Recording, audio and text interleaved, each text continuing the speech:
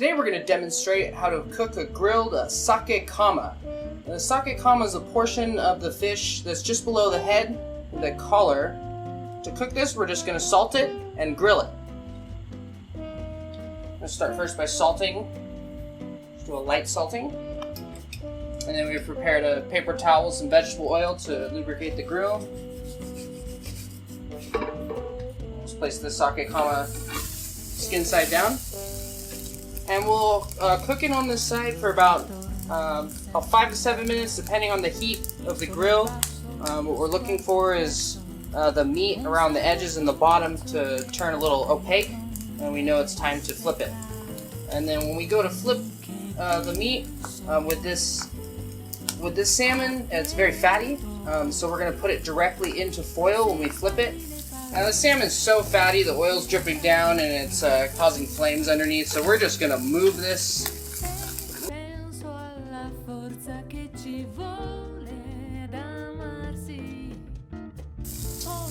And we can see the meat starting to turn a little opaque here. I think it's cooked enough to put on foil.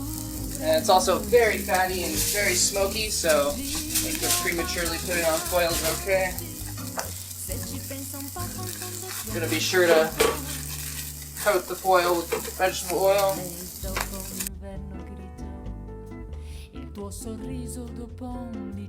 Just do this very gently because the salmon is so delicate it will just fall apart if we're not careful.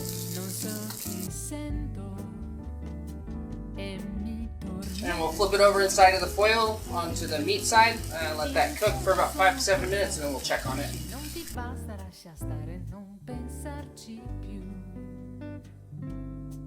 At this point, what we're going to do is prop it up and get this back edge. You can do so by standing it and then using a piece of balled up foil to hold it.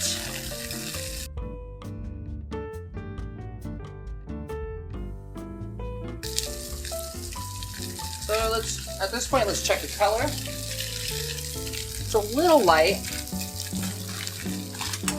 Put it back on its meat side until it's a little more golden brown. Alright, squash kama looks perfect. Let's check the internal temperature. Perfect. 145. So let's make our momiji oroshi. We're just going to add a little bit of the chili powder to our grated daikon.